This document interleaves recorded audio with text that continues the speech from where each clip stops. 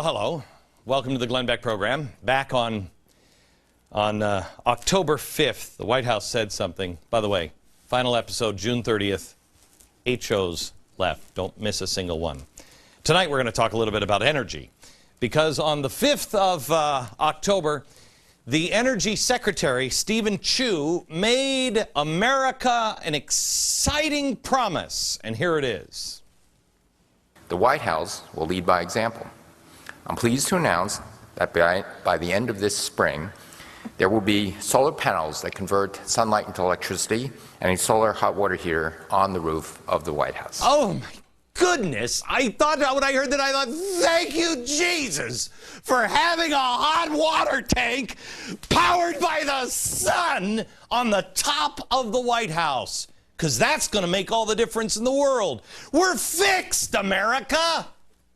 That's how upside down this White House is. By the way, look at the clock. Officially, end of the spring.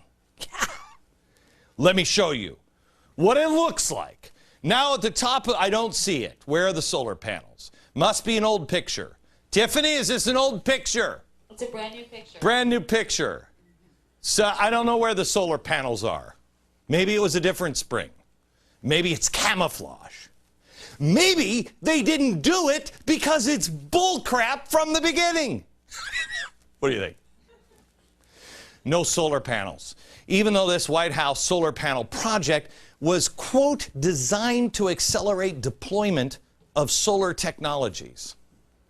Now, I know it's been 259 days since the announcement, but let me defend the president here. That may seem like 259 days. If I bought the solar panels and they weren't up on my roof yet, I'd be a little pissed. But remember, 259 days in union time, that's like 10 minutes. So back on down. Tonight, the administration's attack on our most reliable and our most needed energy sources, all in the name of going green. Oh, and the extra little added bonus of how our businesses are suffering because of it. Come on.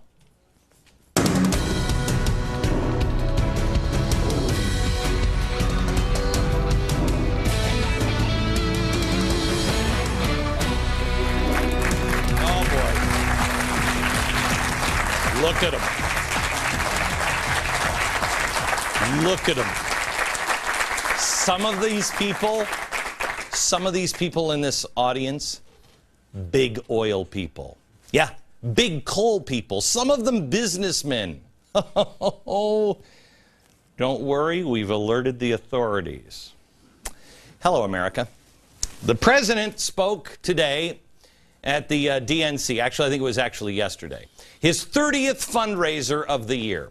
Just a little perspective. The last president at this point in his re-election period had 3 fundraisers. 30 for this one. The White House has released a transcript of the fundraiser. Believe it or not, this is not edited. It's right there on whitehouse.gov. Drudge caught this and posted it, and I want to show you the remarks by the president, and it ended with laughter. Over the last 15 months, we've created over 2.1 million private sector jobs. Laughter. That's funny. Oh, man, that's funny. Ignoring the pain of the American people and the horrific economy and the 9.1% unemployment, all the companies shutting down, people struggling to just put food on the table or have gas in their car. Man, that's funny, Mr. President. It really is. You're a riot. Speaking of riots, which are coming soon, at the same event, Obama also talked about energy. And here's what he said, quote, "We have begun the process of changing how we think about energy in this country." Oh, he's done that. Yes. We don't even think about energy in the country anymore. It's like, whatever spills out of that socket there, it's a magic wall box. I don't even know how that energy gets in there. Came with the house, I think. The primary energy sources the Americans rely on to operate and function, you know, for the blender when they're making daiquiris at those really swank functions at the White House, are now treated as enemies. The companies that provide them are also treated as enemies.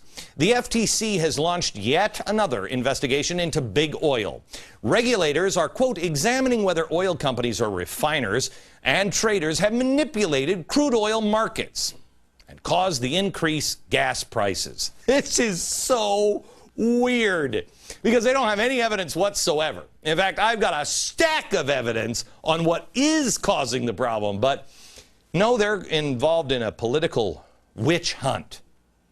Back in April, Obama created a joint task force of the Justice Department and the FTC to investigate the oil and gas markets. They haven't found anything, but they're determined to get to the bottom of these outrageous prices. Now, America, if you have a clue on what's causing these outrageous prices, could you do me a favor? Just put them in a box and send them to the White House. Put all those clues there. They have a box of clues. I'll be like, I don't know. I don't have a box of clues. Ding dong, the post office will deliver it. Box of clues. What do you think? Put in that box maybe a president who says making energy prices skyrocket is necessary. I know the odds of finding something that obvious are really slim, especially if you work for the Justice Department. Maybe you have a chance of finding out I don't know, a printing press somewhere where they're printing up money and oil is pegged to the dollar. So if you devalue the dollar, your energy prices would necessarily skyrocket, wouldn't they, Mr. President? Maybe you could find an out-of-control government agency going out of their way to shut down coal plants like the EPA. Their new stricter regulations have already caused one of the country's largest power companies, the American Electric Power, to close at least 5 plants. That'll cost us hundreds of jobs and invest $6 billion to meet the new requirements a coal plant needs to meet now. By the way, another one in San Antonio just announced that it's going to close shop because of the stricter regulations as well. Quote, it was a decision really driven by expectations that we're going to have to face more challenging environmental regulations. Cass Sunstein, is that you? Oh, you're crazy. An executive at that plant expects more to follow suit. Now, the timing couldn't be better because this economy is about to rocket and then blow up. Yes, it is. Couldn't be better in the timing, in Texas especially. You remember Texas, the state that's creating 50% of the jobs now? Texas population is booming. Power companies are struggling to keep up with the increased demand. Texas has 19 coal-fired plants, more than any other state. And don't forget, creating half the job that Obama was joking about at his fundraiser. You might hate coal. You might think to yourself, man, I always hated it when Santa was going to bring it to me. You might hate it with everything in you. But every time you turn on your light at your home, you should fall to your knee and say, thank you, coal. Coal is used to generate about half of the electricity consumed in the United States. Here's an idea, you environmentalist wackos. Ban coal. But before you do that, I want you to use half of the electricity in your own home, in your own life, in your own office, and tell me how sweet it really is. And don't wait for the Obama administration to put the solar power, hot water heater on the roof first. Lead by example, you weenies. Okay, coal. Coal is the largest domestically produced source of energy. Half of our electricity, largest source. Why would our president make it harder for Americans to gain access to our most easily accessible energy in the middle of an economy teetering on the brink of disaster? What do you think? Why would he do that? I know he wants everybody to have a windmill in their front lawn, and I'm hoping mine comes really soon. I'm going to put it in after my solar panel on the roof, and I have my car plugged into the wall. Thank you, GM. But the technology is not there for all of those things to happen. Talk to GM. The government cannot force innovation. It doesn't work. And by the way, if I plug my car in because of evil oil, I'm not going to do that. I'm going to plug my car in. Where does the electricity come from for the car? Out of the magic box in the garage? A coal-fired plant. Now, let's see if any of these policies on energy this administration is making any sense whatsoever. Here is America's overall energy consumption breakdown. Petroleum, 37%. Evil oil, hate those guys. Natural gas, 25%.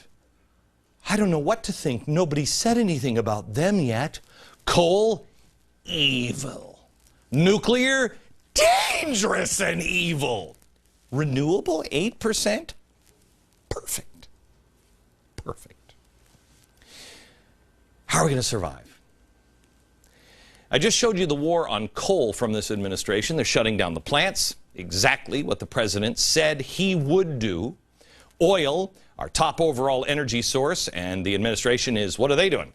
Relentlessly investigating, threatening to take windfall profits, making it harder for them to get more domestic oil. The Gulf, the BP spill, the administration put a moratorium on offshore drilling in the Gulf. The longer this went on, the harder it got for local companies to keep their doors open. We've lost jobs. We've lost all kinds of things, tens of thousands of jobs, skyrocketing gas prices. And then the president says, I'm going to put permits out. Yeah, try to get one. While the shares of major U.S. oil companies have tanked, Petrobras, Brazil's main oil company, oh, they're in the money. They're doing great. Of course, the president went down there and said, we're going to be their biggest customer. How about a policy where everybody else is our biggest customer? Because I don't know about you, but I'm kind of fresh out of checkbooks. Oddly enough, George Soros had his largest holding in Petrobras. 3 months after the BP spill, Soros dumped his shares in the company. Then when his eyes, started wandering around and our eyes stopped looking at him, guess what happened? He increased his holdings again in Petrobras to more than 1 million shares. What? What? Just those two sources, coal and petroleum, are 60% of our total energy, and they're under attack. I have an idea. Everybody who hates coal and oil, you stop using them. Because that's got to be at least 60% of the population. So you stop using them. We'll use them still, but you can save the planet. We're going to survive. What do you say? May I ask you, when the president says, well, I got my metal detector out and I've been walking around the beach all over the world trying to figure out what's causing these high oil prices, what do you say? Could it be, perhaps, maybe, possibly, what's happening in the Middle East? Libya? Egypt? What do you think? Possibly? Is our action in the Middle East, is our president saying, revolution? Hey, crazy kids all over the world, you should all do that. Do you think that's helping or hurting the price at the gas pump? What do you think, America? It's not that hard. It's really not that hard. Tonight, I'm going to show you how business is being affected by energy prices. We have a studio full of those evil entrepreneurial capitalists. Oh, I don't even know how we let them in the front door. How many people here are businessmen or women? How many people here have their business being hurt right now because of the situation we find ourselves in? Not necessarily the president or anything else, but because, okay. How many people are expecting even more problems because of the energy policies that we're pursuing right now? Perfect. Your jobs are going to be so secure soon because of the president. It's going to be great. It is. We might be a little chilly and hungry and poor, but the earth will be saved. No, actually it won't. It's just going to keep going doing what it does. Keep going doing what it does. America has always done well because of our energy. We have, if you grew up in the Soviet Union, you know when we bought Alaska, the Soviets went, crap. They knew. They were in trouble because we had all of those resources. Now, we don't use any of those. But, on the bright side, we do have really, really cold, barren land that nobody ever walks around. We have that. Other countries like China and Russia are pursuing cheap energy, while we're pursuing more expensive and the least productive energy sources. When the world breaks down, and it will, because it always does, but life goes on, we'll be cold, because we're banking everything we have on the Middle East and a solar panel that we can't even get installed on the roof of the White House. And he's the president. Can I tell you something? I think that sounds like the dumbest idea. I would rather bank on the flux capacitor than this energy policy. Tonight we're going to introduce you to some energy executives as well, who know firsthand about these policies. Bob Murray is with us. Hello, Bob. Good evening, Glenn. Bob, I want you to know, is a friend of mine. I have to admit that. I'm in bed with Big Coal. Bob and I, we met, 2 years ago, Bob? Bob Murray is the CEO of Murray Energy, a coal company in Ohio. And we have talked, I don't know how many times, Bob, a couple of times in the last couple of years. And I was struck by you because you're a guy who started with nothing. You built a company. You created jobs. You've defended workers. And you have put up with more crap from unions and administrations past and present than I think anybody. I heard your story the first time and I thought, there is a strong man. Tell me what happens if the coal plants start to close down.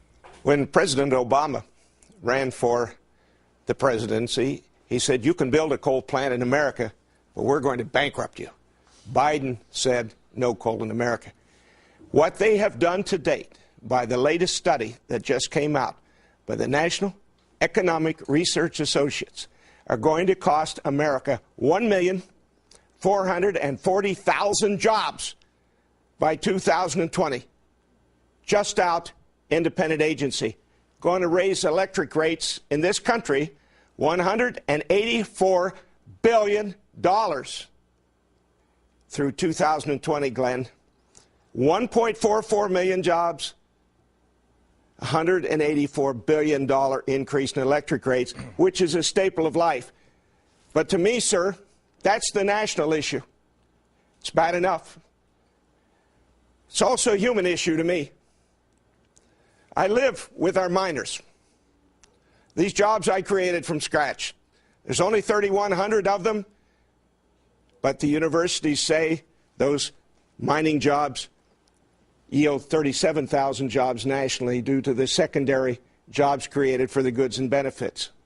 Sir, these people want to work in honor and dignity, and they're being denied that by Obama and his out-of-control regulatory agencies and policies. Sir, this isn't the America that I've known and have cherished. For them and their families to be denied their lives and livelihoods and jobs for these policies that are going to accomplish nothing. One more thing, sir. Exports of coal from America are at record levels. He has denied the American utilities the ability to use this coal, so we're exporting it to countries that are building power plants every day. China, a new 500-megawatt power plant every week. What they are doing is using the low-cost electricity because it costs 4 cents a kilowatt hour compared to 22 cents for solar, 9 to 10 cents for gas, and, of course, solar and wind have $24 a kilowatt hour in subsidies from you, sir, the taxpayer. So what he's done is he has exported that low-cost coal. They have the low-cost generation. The jobs have been exported to the foreign countries. Our people are unemployed, and it is insanity. Is there anybody here that can explain it and give somebody the benefit of the doubt? I see this, quite honestly, America, apologize, but I see this only as one, I mean, you're trying to cripple business and the country, and you're trying to fundamentally transform. When we come back, Jack, you say you can give him the benefit of the doubt and show another path to this? We'll go there next.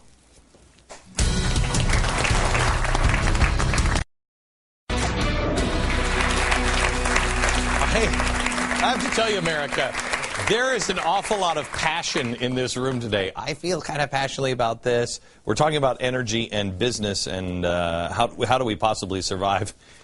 We have oil and gas and coal people, and then we have just regular business people here in the audience. I have to tell you, we're just talking in the break, and I'm not used to asking a question of an audience and have bing, bing, bing, bing, bing, bing, bing, everybody shouting out answers. We're back with Bob Murray. Also joining us is Deneen Borelli. She's a fellow with Project 21. Tom Borelli is a senior fellow at National Center for Public Policy Research. Jack Gerard is the president of the American Petroleum Institute.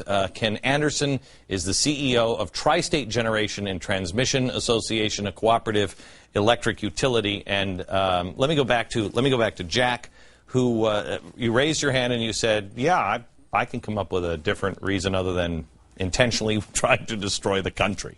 No, what I was going to say, Glenn, I was going to add to what Bob was saying. I think there's two aspects of the jobs issue at 9% unemployment in the country we need to stay focused on.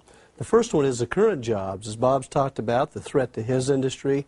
In the oil and gas industry in the United States, we employ 9.2 million Americans. That's the first component. The second is we have the ability, if we were turned loose with permits and access to American resources produced by Americans for Americans, to create another 1 million jobs here in the United States. So when we're talking about these policies that are impacting our ability to produce energy, it threatens the existing employment base, but it also holds us back from bringing this economy back to recovery. Well, the problem is that they will say that you're doing the old jobs. These are, Ken, go ahead. You're shaking your head. Go ahead. Well, I think innovation. I mean, you mentioned it. What's wrong with the innovation of the existing foundational jobs that we have? If you don't like coal, then let's work on fixing it. It's a technology we can mature far beyond where we've had to take it so far. There's lots of jobs in that technological innovation, as well as the balance of other renewable innovation. I'm not knocking that. I'm just saying, where's the balance back to something that's very mature technology, but we can mature it much farther. We've got the minds.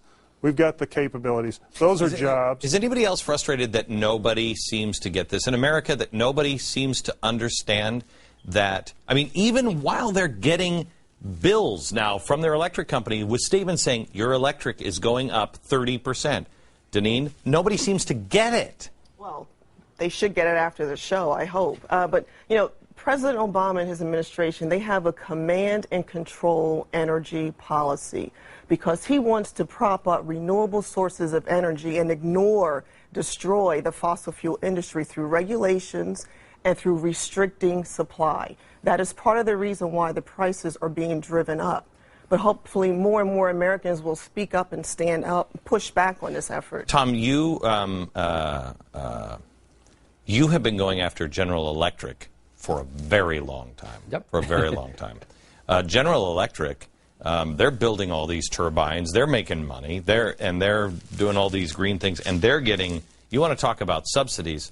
How many, seriously, Jack, how many subsidies do the oil companies get? Zero. Zero. Say it again. The oil and natural gas industry gets zero subsidies. That's not true. I've got. That's absolutely no, true. I've got cartoons here that are up on the wall. It shows the fat cats getting Subsidies, the oil companies. The oil and gas industry gets 0 subsidies. Now, while some would like to convince you and make you believe we get subsidies, the tax provisions they're talking about, that they propose raising our cost $80 billion over the next 10 years, are provisions that apply to all industry, to the General Electrics you mentioned earlier. Yeah. What they've done is identified 5 companies that they want to deny the ability to recover our costs to produce energy. It's punitive, it's vindictive, and it doesn't help us produce the energy we need for this country. Okay, so Tom, tell me about General Electric. Well, you have to understand, President Obama, if he's not anything else, he's a community activist. And we wouldn't have Obamacare if it wasn't for the pharmaceutical companies, Johnson & Johnson and Pfizer, who lobbied for it. So those companies responsible for Obamacare. With energy policy, it's the same thing. He triangulates the business community, picks out a few of the winners that he likes, and then they lobby together. Cap and trade passed the House of Representatives because of General Electric, DuPont, Dow Chemical. The problem with General Electric is, first of all, Immelt has been CEO for almost 10 years. Their stock went from 40, it's now around 18. He had to settle twice with the Securities and Exchange Commission, once for cooking the books, and yet he still has a job. That's why we, the people, have to start holding him accountable and all these executives, because if it wasn't for big business with Obama, we wouldn't have many of these problems. Well, it's the same thing that happened, America, if you don't know what happened in the Great Depression with FDR, it's exactly what he did. He took, there was a great, and I wish I had this off the top of my head, but there was a great tire manufacturer in New Jersey that was making tires. They were better, they were cheaper. But FDR got in with the big tire companies that you know, Goodyear, Goodrich, all of them. And he said to them, make the rules. Tell us what's right. The people in that little tire company in New Jersey went and testified in defense of their company and their boss. They went out of business. They went out of business. But the names you know are still in business. And it's exactly what's happening with GE right now. They're using the same thing, and they're taking big companies, getting into bed with them, and putting everybody else out. You're small business owners. How many are small business owners? How many of you have the opportunity to get one of the waivers for Obamacare?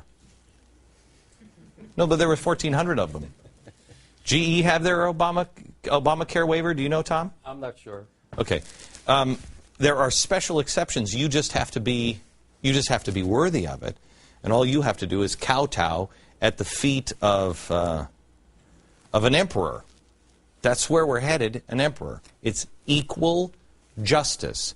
Justice for all. Equal justice. When you have special exceptions, or when you have tax waivers and you say, not tax waivers, just the opposite of tax waivers, where you say, no, everybody else pays this level, but because I don't like you, you're going to pay this level? That's not America, is it? No. Well, let's talk about innovation, though. Hang on just a second. Innovation when we come back.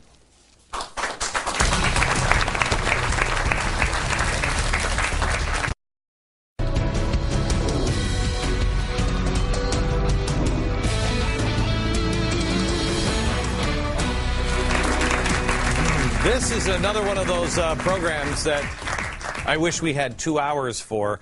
We have gas, coal, and oil executives. We have people who are just business people, people just like you as well. And we're talking in the breaks on how long before really people understand what's being done to our country, and you start to feel it in your pocketbook more than you are now with our energy prices. Kate, we were talking in the break, and you kind of vocalized exactly what I've been feeling until recently, at least. Yeah, I just don't understand why the oil companies allow themselves to be vilified the way they are, and why they don't articulate the position to the people. We need what they produce. Tom, you're a guy who's been in, going after big businesses and everything else before it was cool to go after big businesses. Why are the oil companies doing it? Do you know? Oil companies have no idea why they're doing it. I think some of them were really useful idiots. They thought they could, give a little less flesh and maybe they won't be killed with one swipe. It absolutely made no sense. They joined with General Electric and other companies to really sell out we the people. But now they're waking up And hopefully they'll recognize that people will be behind them if they do start. Let me go to Joe Petrosky. He is he's with Gulf Oil, CEO since 2005. I think the first time I've seen you guys actually swing back in front of Congress and not look like, you know, little puppy dogs.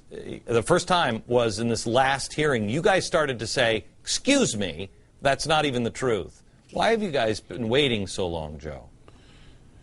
Well, I can't speak for others. You know, I think we think it's important to have a healthy debate about our energy policy, and it starts with carbon-based fuels are about 75 to 80% of our BTUs today in the United States, and no serious discussion of making us competitive and making us secure starts by saying that carbon-based fuels are going away anytime soon. The oil companies, though, I mean, you know, BP, Beyond Petroleum, what a load of bullcrap that is. Why not be proud in what you're doing? You guys create jobs. It is a way of life currently. I mean, would it be great if we were off oil? Sure, it'd be great if we were off oil, I guess. But we're not, and we're not anytime soon. You guys have put together these ads, and I know I'm not talking about you specifically, but I'm talking generally. They're ads that almost make it seem like you're ashamed of being in the oil business. Why not be proud of what you do and say, look at what we've provided for the world? I'm proud of it. I mean, of the 165,000 gas stations in the United States, 58% are owned by single-site operators. 75% of all the stations in the United States are owned by people who are small businesses who own less than 5 units. We employ 8,000 people, and we haven't laid anybody off, and I'm quite proud of that. And here we have the president going over and saying that we want to be Brazil's biggest customer. What does Brazil have that we don't have? Boy, I don't know. I would say, apart from recognizing carbon fuels are here to stay, the domestic energy policy needs addressing. And it's on the fact of security. It's on the fact of jobs here for the U.S. and balance of payments. And I'll take another argument. If only you cared about the environment, if that's all you cared about, you didn't care about jobs, competitiveness, just the environment, I ask one question. Where in the world would it be safer to drill, where in the United States or Nigeria, Saudi Arabia, or Brazil? Just answer that question. Let me go back to the audience. We were talking about CEOs. And where are all the CEOs? Where are they? Do not think for a minute we are not fighting back. We are bounding together like we never have before. I get more calls from other people who used to be my competitors saying, can we pull our resources? Because we're not here to survive. We're here to win. And we will protect our employees at all costs. You will not take them down. We are bounding together. We're at mastermind groups. We're at roundtables. We're in our communities. We're trying to figure out how we, not depending on them, how we will get through this to the next side. Because we got into business because we love our teams. We love what we do. We consider it a blessing. And what's happening now, it's heart-wrenching. So let me go up here. Let's talk about what American companies can do in terms of innovation. What are American companies doing to reduce the toxicity of fracking, getting American energy out of the ground in a way that is also safe for the environment? Jack, can you talk about that, or should fracking? Absolutely. Yeah, because I know that they've just found a huge oil reserve in Texas, but it may have to come through fracking, and people say that's polluting the water and everything else. Which isn't true. Oil and natural gas, we've been using the fracking process, which for those who don't know is a process whereby we drill vertically and now through modern technology can drill horizontally and through pressure crack the rock and allow smaller deposits of natural gas and oil to now be produced commercially that weren't commercial before. We have standards. We're regulated by the federal and by the state law. We've developed best practices within the industry. It's a safe technology, has been concluded by the EPA. They've currently got it under study again today. Natural gas, the great finds we have in this country are a game changer.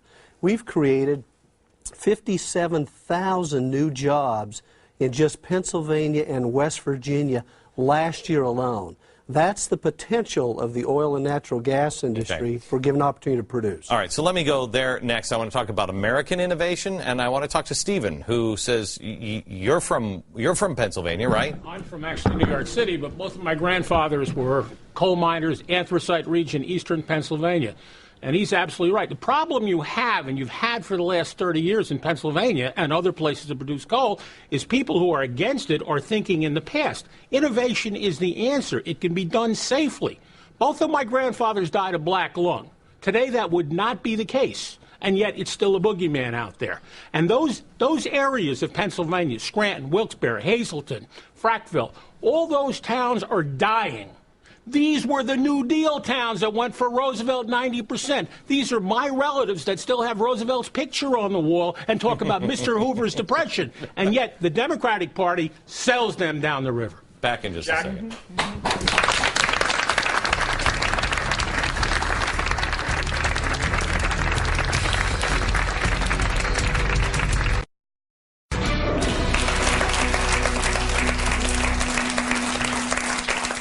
I could spend all night with these people. This is a passionate group of people. Jim. Glenn, you identified the region of Texas as a potential for new energy supply in shale gas. Don't discount the Pennsylvania region combined with Ohio, West Virginia. The only reason why I say that is because Texas still understands freedom where the Northeast doesn't. Let's not forget there were more new millionaires created as a result of industry investment in North Dakota than in any other state in the nation. We can do this. We can continue our policy of innovation with new improvements to gasoline, new improvements to diesel oil and heating oil that are coming along to make them competitive. Lisa? Yes. Okay. Lisa, you just bought a new home. Yes, we did. Tell me about it. My husband and I sold our home with a real feeling that we really had to become more self-reliant, inspired by watching your program and reading, so much material. Oh, you're a kook. Yes. And, we prayed about it and really said we know we'd find the right home, and we did. And it had the acreage we have that we can actually farm our own food, and we're already harvesting, lettuce and things. And it had, really by God's hand, it had a wood-burning furnace, and that heats hot water and the home. And it had southern exposure, which was so hard for us to find in Connecticut, where there's a tree on every corner and blocking every view. So we feel like until things really change in terms of containing the cost of energy that will necessarily skyrocket, these are the only tools that we have right now. But you can't put up a solar panel on your house. I can, but it's not within my affordability. Right. Well, you can always get subsidies, and you can let the rich fat cats pay for it. Yes. Kenneth, you were just saying... affordability. I think, we have a strong bent, we're a not-for-profit organization ourselves. Our memberships serve rural areas.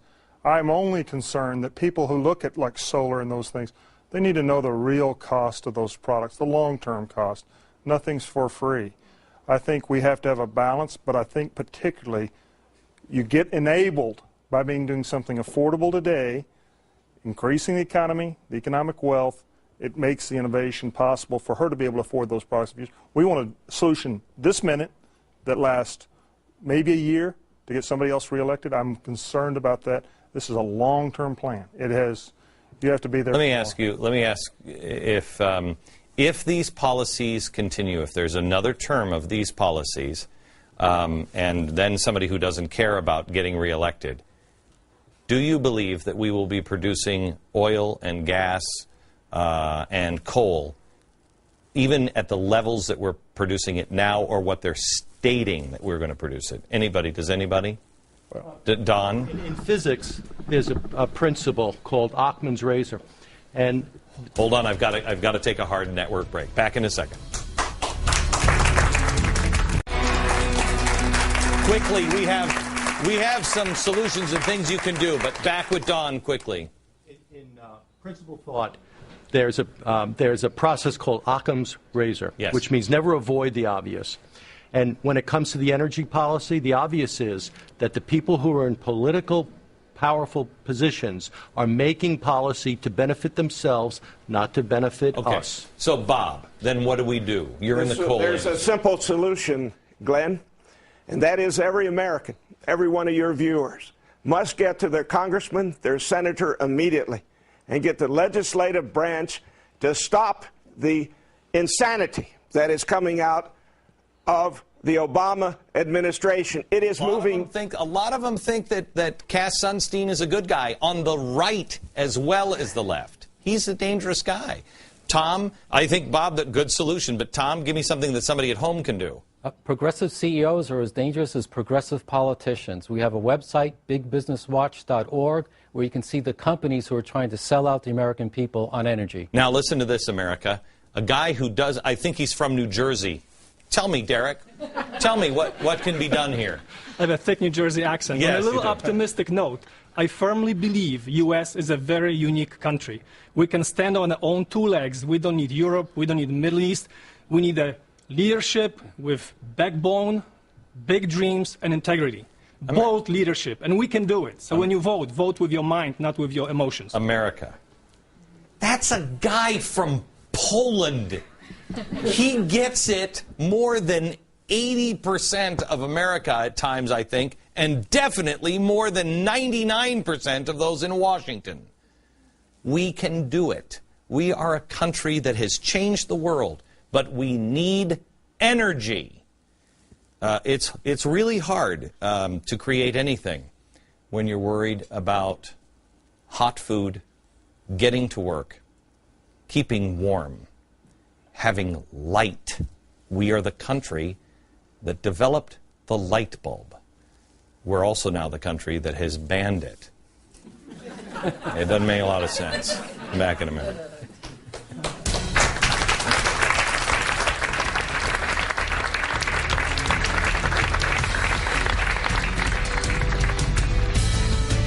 Let me go to Gary, because you're a small businessman. You were just saying. We have 47 full-time employees, so as far as incenting us to hire more employees, at 50 employees, we face the penalties of Obamacare in 2014.